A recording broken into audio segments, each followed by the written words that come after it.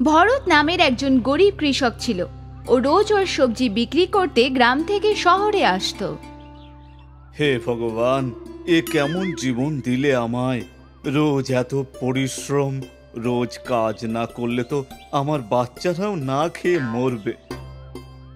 ভরতের বাড়িতে ওর বউ পুনাম আর ওর দুটো বাচ্চা ছিল, রোহন আর প্রিয়া। পুরো পরিবার সুখী ছিল, শুধু ভরত ওর জীবন নিয়ে দুঃখে ছিল। এটা কি কোনো জীবন? দারিদ্র, পরিশ্রম আর দৈন্যদশা। ভগবান আমাদের কিছুই দেয়নি। এরকমটা না, ভগবান আমাদের এত সুন্দর পরিবার দিয়েছে, এটা কি কোনো কিছুর থেকে কম? কিন্তু টাকা পয়সা তো আর দেয়নি।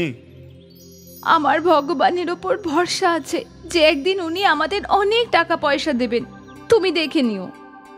আমি তো ওই দিনেরই অপেক্ষায় আছি। তো ভরত চাষাবাদ করতে থাকলো আর শহরে গিয়ে সবজি বিক্রি করতে লাগলো। কিন্তু ও ওর এই কাজে একদমই খুশি ছিল না। ও মাঝে মাঝে ভগবানকে দোষ দিত। একদিন রোজকার মতোই ভরত সবজি বিক্রি করতে শহরে এসেছে। ও রাস্তা পার হচ্ছিল, তখনই একটা ট্রাকের ব্রেক ফেল হয়ে গেল। ভরতকে হসপিটালে ভর্তি করা হলো। ওর পুরো পরিবার চিন্তায় ছিল। বাচ্চারা, বাবা ঠিক হয়ে যাবে, তোমরা দুজনে এভাবে কেঁদো না। বাবা কবে ঠিক হবে? বলো না মা, মা। খুব তাড়াতাড়ি। অনেকদিন পর ভরতের জ্ঞান ফিরল, কিন্তু ওই অ্যাক্সিডেন্টের জন্য ওর পা কাটতে হয়েছে। ও আর কোনোদিনও ওর পায়ে হাঁটতে পারবে না। দিদি, আমি আপনাকে মিথ্যা প্রতিশ্রুতি দিতে চাই না। আপনার হাজবেন্ডের দুটো পা কাটতে হয়েছে। এখন আপনাকেই সারা জীবন ওনার দেখাশোনা করতে হবে। যাই হোক, ভরতকে বাড়ি নিয়ে আসা হলো। ভরত হুইল চেয়ারেই বসে থাকতো। ও আর চাষাবাদ করতে পারতো না। যা টাকা ছিল তাতে ওদের কিছুদিন চলে গেল। কিন্তু পুনাম এখন চিন্তায় ছিল। এখন যেভাবে হোক চাল ডাল কিনতেই হবে। পুনাম ওর সব গয়না বিক্রি করতে যাচ্ছিল, তখনই ওর দুই বাচ্চা ওর কাছে এলো। মা, তুমি কি এই গয়নাগুলো বিক্রি করতে যাচ্ছ? হ্যাঁ বাবু, আর কোনো উপায় নেই। না মা, বাবা এগুলো তোমার জন্য বানিয়েছিল, এগুলো বিক্রি করো না, আমরা সবাই মিলে টাকা রোজগার করি তো। কিন্তু কিভাবে? তুমি খুব ভালো ঢোকলা বানাও মা, আমরা যদি ঢোকলার দোকান দিই তাহলে। হ্যাঁ, এটা তো আমরা করতেই পারি। ঠিক আছে, এখন আমাদের ঢোকলা বানিয়ে বিক্রি করার প্রস্তুতি নিতে হবে। পুনাম আর বাচ্চারা বাজারে একটা দোকান দিল। মা, আমরা তো দোকান খুলে দিয়েছি। চলো শুরু করি। ঠিক আছে। মা, আমায় কি করতে হবে? আমি ঢোকলা বানিয়ে দেব, তুই খরিদ্দারকে দিবি, আর প্রিয়া তুই প্লেটগুলো ধুয়ে দিবি। ঠিক আছে মা। ওরা ঢোকলা বানানো শুরু করে দিল, আর ঢোকলার গন্ধ ছড়িয়ে পড়ল। আরে বাহ, দারুণ গন্ধ বেরোচ্ছে। ঢোকলা কি তৈরি করেছো? হ্যাঁ হ্যাঁ কাকা। ঠিক আছে বাবু, আমায় একটা প্লেট দাও। রোহন ওই লোকটাকে ঢোকলা দিল, আর ঢোকলা খেয়ে উনি খুশি হয়ে গেলেন। ঢোকলা তো দারুণ খেতে। 3 প্লেট পার্সেল ও প্যাক করে দাও। এই নাও টাকা। রোহন 3 প্লেট ঢোকলা প্যাক করে দিল, আর ওই লোকটাকে দিয়ে দিল। মা, এই দেখো আমাদের প্রথম রোজগার। খুব ভালো, কিন্তু এখন আমাদের আরো টাকা রোজগার করতে হবে। তোমার বাবার ওষুধ ও কিনতে হবে। হ্যাঁ। ওদের দোকানে আরো খরিদ্দার এলো ঢোকলা খেতে। প্রথম দিনেই ওদের খুব ভালো রোজগার হলো। পুনাম আর বাচ্চারা খুশি হয়ে বাড়ি ফিরে এলো। আজকে তো খুবই ভালো রোজগার হয়েছে। বাবা, এই দেখো। খুব ভালো বাবা। আশা করছি আমরা সবাই মিলে সবকিছু ঠিক করতে পারবো। এখন আমি তোমাদের সবার বোঝা হয়ে গেছি। না, সেরকমটা কিছুই নয়। তুমি এইসব তোমার মাথায় একদমই রেখো না। পুনম ভরতকে বোঝাচ্ছিল, কিন্তু ভরতের মাথায় অন্যই চিন্তা ঘুরছিল। ও নিজেকে পঙ্গু ভাবছিল। পুনম আর বাচ্চারা বাজারে ধোকলা বিক্রি করলো, আর এতে ওদের রোজগার বেড়ে গেল। এক সপ্তাহে ওরা যত টাকা রোজগার করেছিল তা ওদের এক মাসের রোজগারের থেকেও অনেক বেশি ছিল। দেখো মা, কত টাকা! হ্যাঁ, ভগবানের দয়ায় আমাদের ওপর টাকার বৃষ্টি পড়ছে। ভগবান যেন তোমাদের বাবাকেও আগের মতো করে দেয়। হ্যাঁ মা। তুমি চিন্তা করো না মা, ভগবান নিশ্চয়ই আমাদের সাহায্য করবে। হ্যাঁ। কয়েকদিন কেটে গেছে। পুনম আর বাচ্চারা বাজারে ধোকলা বিক্রি করছিল, আর এদিকে ঘরে ভরত উদাস বসেছিল। হে ভগবান, এটা কি করলে? কখনো ভাবিনি যে আমার এই অবস্থা হবে। হে ভগবান, এর থেকে আমায় মেরে দিলে ভালো করতে, অন্তত আমার পরিবারের বোঝা তো হতাম না আমি। ভরতের কথা মা বৈষ্ণব দেবী শুনে নেয় আর ওর সামনে চলে আসে। এখন কষ্ট পাচ্ছ কেন ভরত? তুমি তো টাকা চেয়েছিলে। দেখো তোমার পরিবার কত টাকা রোজগার করছে। এই টাকা দিয়ে কি করব? আমি তো ওদের সবার বোঝা হয়ে গেছি। না আমি হাঁটতে পারি, আর না ওদের সাহায্য করতে পারি। মা, এর থেকে তো ভালো আমাকে মেরে ফেলুন। আমি এইভাবে বাঁচতে চাই না। তুমি জীবনের মূল্য বুঝে গেছো ভরত। তুমি বুঝতে পেরেছো যে টাকার থেকেও জীবনের সুখ শান্তি অনেক বেশি মাহাত্ম্যপূর্ণ। আমি এই কথাটাই তোমাকে বোঝাতে চেয়েছিলাম। এখন যখন তুমি বুঝে গেছো, তখন আমি তোমাকে তোমার পুরনো জীবন ফিরিয়ে দিচ্ছি। মনে রেখো, জীবনে যাই সমস্যা আসুক না কেন, কখনো জীবনকে ব্যর্থ বলো না। হ্যাঁ দেবী মা, আমি বুঝে গেছি। আর দেবী মায়ের চমৎকারে সময় উল্টো দিকে ঘুরে গেল। ভরত শহরের বাজারে দাঁড়িয়েই ছিল। সেই রাস্তায় ও নিজের পা দেখল। ও একদম সুস্থ ছিল। ধন্যবাদ দেবী মা, আমি খুব খুশি। ভরত খুশি হয়ে ওর বাড়ি ফিরল আর বাচ্চাদের বুকে জড়িয়ে ধরল। তোমরা সবাই আমার জীবন। তোমরা আমার জন্য যেটা করেছো, যা কেউ করতে পারে না। তুমি কিসের ব্যাপারে কথা বলছো? কিছু না, তুমি বুঝতে পারবে না। আজ আমি জীবন আর পরিবারের মূল্য বুঝতে পেরেছি।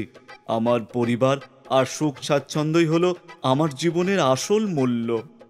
কি ব্যাপার, তুমি আজকে অন্যরকম কথা বলছো? কারণ আজ আমি আমার জীবন আর সুখ শান্তি নিয়ে খুব খুশি। আর সারা জীবন এরকমই খুশি থেকো।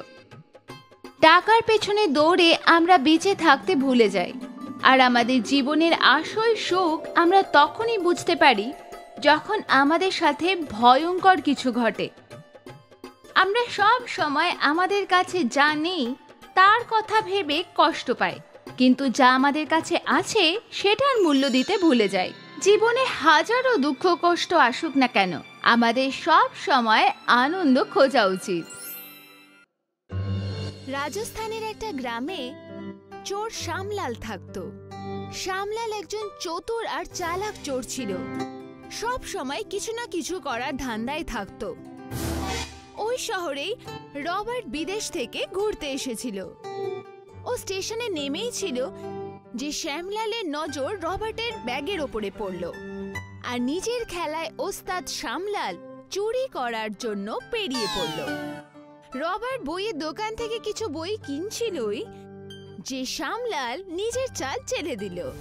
এই যে দাদা, আমি প্রথমবার রাজস্থানে এসেছি।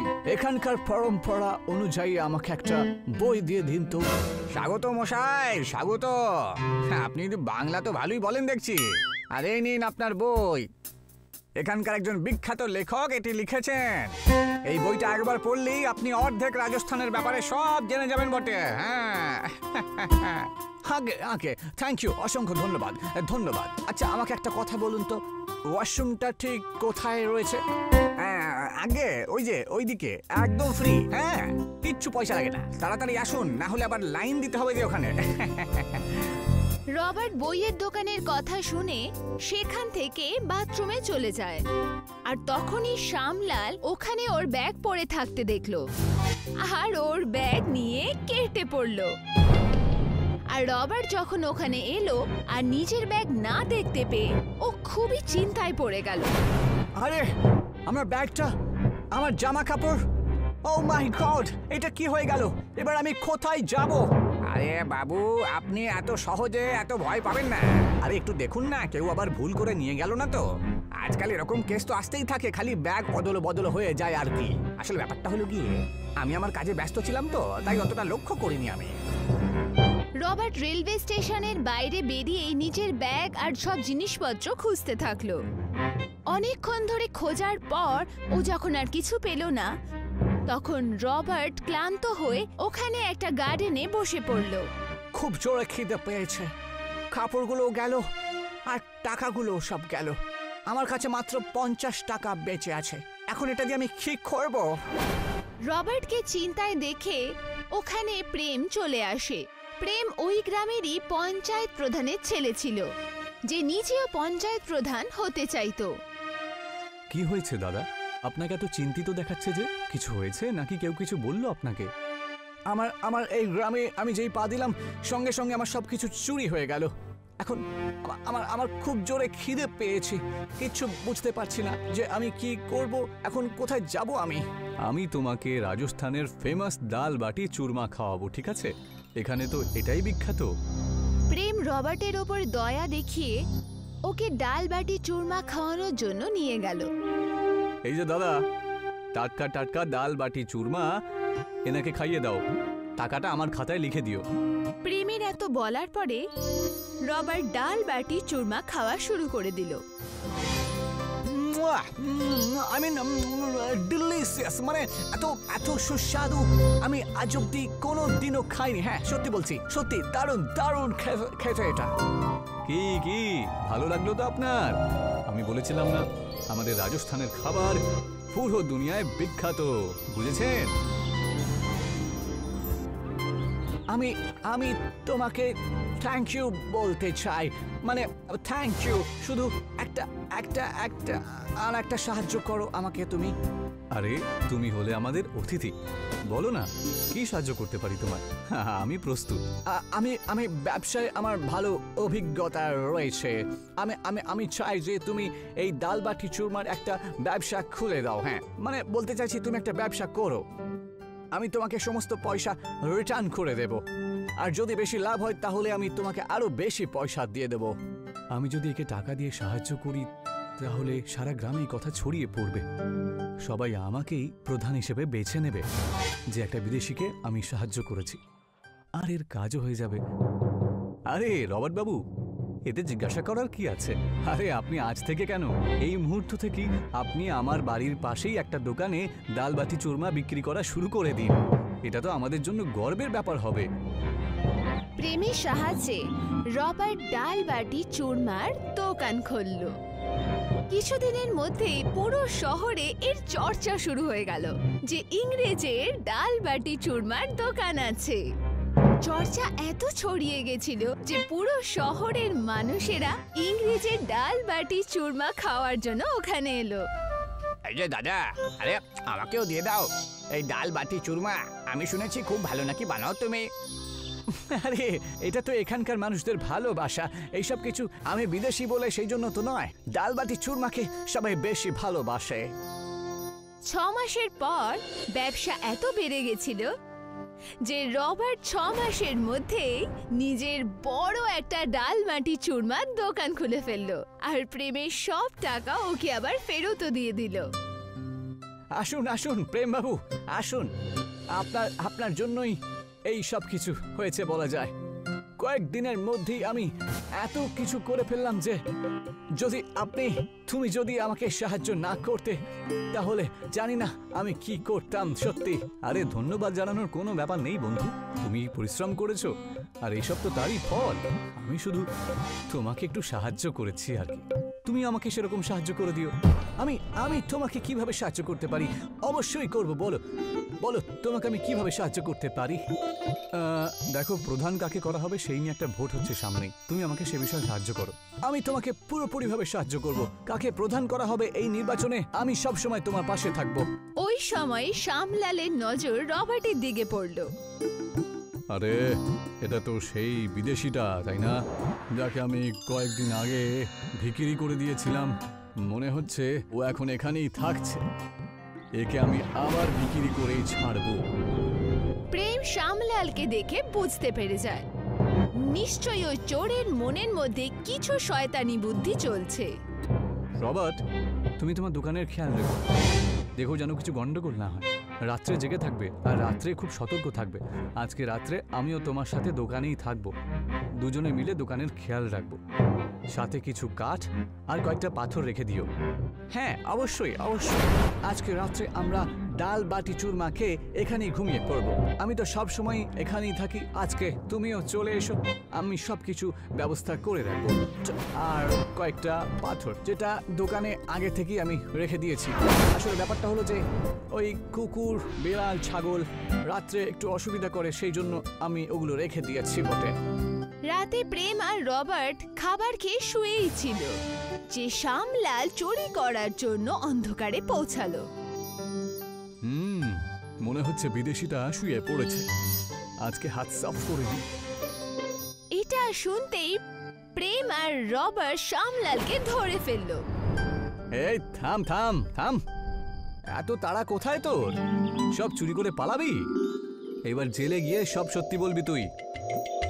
প্রেম আর রবার্ট শ্যামলাল চোরকে পুলিশের কাছে নিয়ে গেল আর ওকে পুলিশের কাছে দিয়ে দিল। পুরো শহরের মানুষ প্রেমের এই বাহাদুরিতে খুব খুশি হয়ে যায়। তুমি তুমি আমার জন্য সব কিছু বন্ধু। তুমি তখন আমাকে সাহায্য করেছিলে, আবার আমাকে সাহায্য করলে। আমি তোমার ব্যাপারে বিদেশে গিয়ে সবাইকে জানাবো। এই মুহূর্তে তো আমি কোথাও যাচ্ছি না। আরে না না, আমি তোমায় কোথাও যেতেও দেব না। গ্রামবাসীদের তোমার হাতের ডাল চুরমা সবার ভালো লেগেছে, তাই তুমি আমাদের গ্রামবাসীদের ওইসব খাওয়াও আর নিজের ব্যবসা ভালো করে চালাতে থাকো।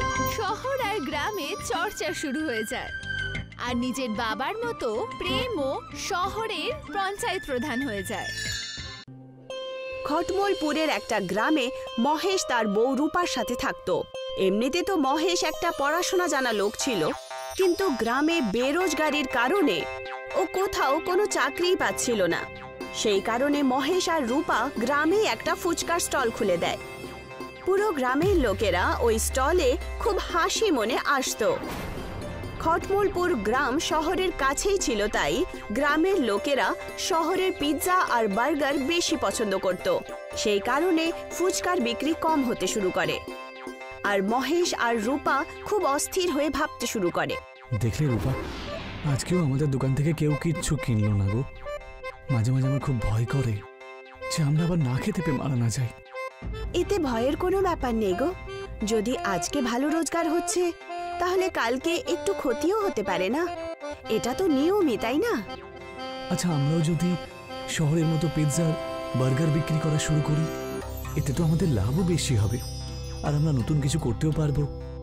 মহেশ যখন রূপাকে অন্য ব্যবসার কথা বলে তখন রূপা রাগের চোটে বলে, আমাদেরকে আর কিছু করা উচিত না গো। আগেই তুমি দুধের ব্যবসা করেছিলে না, আর তাতে খুব ক্ষতি হয়। আমরা অনেক বছর পর্যন্ত ঋণ চোকালাম, আর এখন কোনো তামাশা আমি চাই না গো। আচ্ছা ঠিক আছে, তুমি যা বলবে তাই হবে। দেখো, কাস্টমার এসেছে, তুমি ওদেরকে ফুচকা খাওয়াও, আমি অন্য জিনিসগুলো কিনে নিয়ে আসি। গ্রাম শহরের কাছে হওয়ার কারণে গ্রামের লোকেরা শহরে গিয়ে নিজের ইচ্ছে মতো জিনিস খেয়ে চলে আসতো।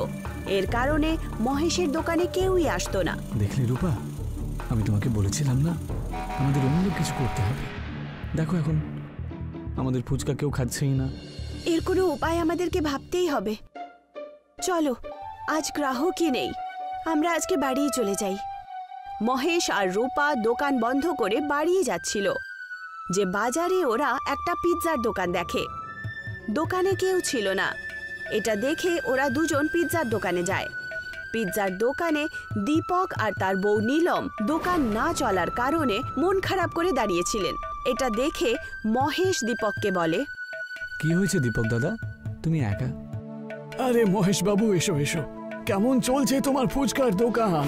আমার অবস্থা খুবই খারাপ, সকাল থেকে মাছই তাড়াচ্ছি। আরে দাদা, আমাদের দোকানে তো চলছে না, সেই জন্যই দোকানটা বন্ধ করে বাড়ি ফিরছি। মহেশ আর রূপা দীপকের সাথে কথাবার্তা বলে নিজের বাড়ি চলে আসে। দীপকের পিৎজার দোকানের অবস্থা দেখে মহেশ আরো অস্থির হয়ে পড়ে। দেখলে তুমি গিন্নি, কিছুই তো বিক্রি হচ্ছে না, না পিৎজা না ফুচকা। এখন আমরা কি করি বলো তো? কি করে সংসার চালাবো আমরা? আমার কাছে একটা উপায় আছে, তুমি গিয়ে দীপকের দোকান থেকে পিৎজা কিনে নিয়ে এসো। আমাদের কাছে অনেকগুলো ফুচকার জিনিসপত্র পড়ে আছে, ওদের থেকে সস্তায় কিনে আমরা পিৎজা ফুচকা বানিয়ে বিক্রি করব। এটা নিশ্চয়ই গ্রামে কেউ আগে খায়নি। পিৎজা ফুচকা? সেটা কি করে হবে? পিৎজা ফুচকা গো, আমরা নিজের ফুচকায় পিৎজার ফ্লেভার আর তার মশলা দিয়ে বিক্রি করব। তুমি দেখো গো, আমাদের দোকান নিশ্চয়ই চলবে। চলতেই হবে। তুমি তোমার মায়ের বাড়ি গেছো, কতদিন হয়ে গেছে তাই না? মহেশ রূপার কথা শুনে দীপকের দোকান থেকে গিয়ে সমস্ত পিৎজা আর তার জিনিসপত্র কিনে নিয়ে আসে, আর রূপার কথা অনুযায়ী পিৎজা ফুচকা বানানোর প্রস্তুতি শুরু করে দেয়। দেখতে দেখতেই বিকেল হয়ে যায় আর ওরা পিৎজা ফুচকা বানিয়ে রেডি করে দেয়। পিৎজা ফুচকার সৌন্দর্য দেখে ওরা দুজনই খুব খুশি হয়। এই দেখো না, কি সুন্দর লাগছে এটা। আমি একটা খেয়েও দেখলাম, এত সুস্বাদু খাবার আমি এর আগে কখনো খাইনি। শোনো গিন্নি, আমাদের জীবন পাল্টাতে চলেছে। আরে শান্ত হও বাবা, দেখো গ্রাহকদের আসার সময়ও হয়ে গেছে। ব্যাস, সবকিছু যেন ভালো হয়। সেই সময় মহেশের দোকানে একজন বয়স্ক লোক আর ওনার ছেলে আসে, যারা পিৎজা ফুচকা খেলো আর বলল, আরে এত সুস্বাদু ফুচকা আমাদের গ্রামে, খেতে তো অসাধারণ। আচ্ছা, আমাকে আরো কয়েকটা প্যাক করে দাও তো, এগুলো আমি আমার বাড়ির সবাইকে খাওয়াবো গিয়ে। আর কি ছিল, মহেশের পিৎজা ফুচকা খুব ভালোভাবে চলতে শুরু করলো। রূপা আর মহেশের যেন লটারি লেগে গেছিল। পুরো গ্রামে পিৎজা ফুচকার প্রশংসা শুরু হয়ে যায়। মহেশ বড় একটা পিৎজা ফুচকার দোকানও খুলে দেয়। কিন্তু এই সমস্ত কথা দীপক আর তার স্ত্রী সহ্য করতে পারছিল না। এটা দেখে নীলম দীপককে বলে, দেখেছো তুমি আমাদের ব্যবসা কিভাবে ওরা খারাপ করে দিল? আমাদের কাছে এসে আমাদের থেকে পিৎজার জিনিস কিনে আমাদের পিঠের পেছনে চাকু ঢোকালো। আরে আমাদের পিঠে ছুরি মারেনি ওরা, ওরা পরিশ্রম করেছে, সেই জন্যই তোরা আজকে আমাদের থেকে বেশি খুশি রয়েছে। আরে আমাদের দোকানে তো মোটামুটি চলছে, দিন পার হয়ে যাবে, এটুকুই যথেষ্ট। তুমি তো আমার শোনোই না, আমি বলছি না আমাদের নিজের ব্যবসা বাড়াতেই হবে। আমরাও পিৎজা ফুচকা বানিয়ে বিক্রি করব, মহেশ আর রূপার মতোই। তাতে আমাদের কাছেও কিছু টাকা পয়সা আসবে আর আমরাও বড় একটা দোকান খুলব। নীলমের জেদের কারণে দীপককে পিৎজা ফুচকার দোকান খুলতেই হলো। আর মহেশের দোকানের ঠিক সামনেই দীপক আর নীলম নিজের পিৎজা ফুচকার দোকান শুরু করে দেয়। এই কথাটা যখন মহেশ আর রূপা জানতে পারে, তখন ওরা এই ব্যাপারে মোটেই অস্থির হলেন না। বরং মহেশ দীপকের দোকান দেখে রূপাকে বলে, দীপক দাদা দোকানটা খুলেছে, ওনারও পিৎজা ফুচকার এই দোকানটা ভালোই লেগেছে। ভালো খবর, ওনার কাছ থেকে আমরা এটা শিখেছি। চলো, ভালোই হলো। ভগবান করুক ওনারও দোকান ভালো চলুক আর উন্নতি হোক। কিন্তু এরকমটা হলো না। দীপক আর নীলমের দোকান বন্ধ হয়ে যায়। গ্রাহক না আসার কারণে ওরা দুজন সারাদিন একাই দাঁড়িয়ে থাকতো। দীপক আর নীলমকে অস্থির দেখে রূপা মহেশকে বলে, শোনো না, আমাদেরকে দীপক আর নীলমের সাহায্য করা উচিত। গত অনেক দিন ধরে ওদের কাছে কোনো গ্রাহকই আসছে না। আমাদেরকে ওদেরকে এই প্রবলেম থেকে বার করা উচিত। আচ্ছা, আমরা বরং ওনাদেরকে আমাদের দোকানটা সামলাতে বলি। ঈশ্বরের কৃপায় আমাদের দোকানটা ভালোই চলছে আর উন্নতিও করছে। ওনাদেরকে আমাদের দোকানে কাজ করতে বলি, আর আমরা আর একটা দোকান খুলি, কি বলো? যেখানে আমরা পিৎজা ফুচকা বিক্রি করব। কিন্তু এই কথাটা ওরা স্বীকার করবেন কি? চলো গিয়ে জিজ্ঞাসা করি। মহেশ আর রূপা দুজনই দীপকের দোকানে গিয়ে ওদেরকে অস্থির দেখে নিজের সমস্ত কথা বলে, আর দীপক আর নীলম ওদের কাছে ওদের জবাব জিজ্ঞাসা করেন। আমি আর নীলিমা এতে রাজি আছি। আপনাদের সাথে আমরা অবশ্যই জুড়তে চাই। আপনারা আমাদের বিপদের সময় এত সাহায্য করেছেন, এই উপকার আমরা কখনো ভুলবো না। ধন্যবাদ রূপা আর মহেশ বাবু, আমরা আপনার দোকান খুব ভালো করে চালাবো।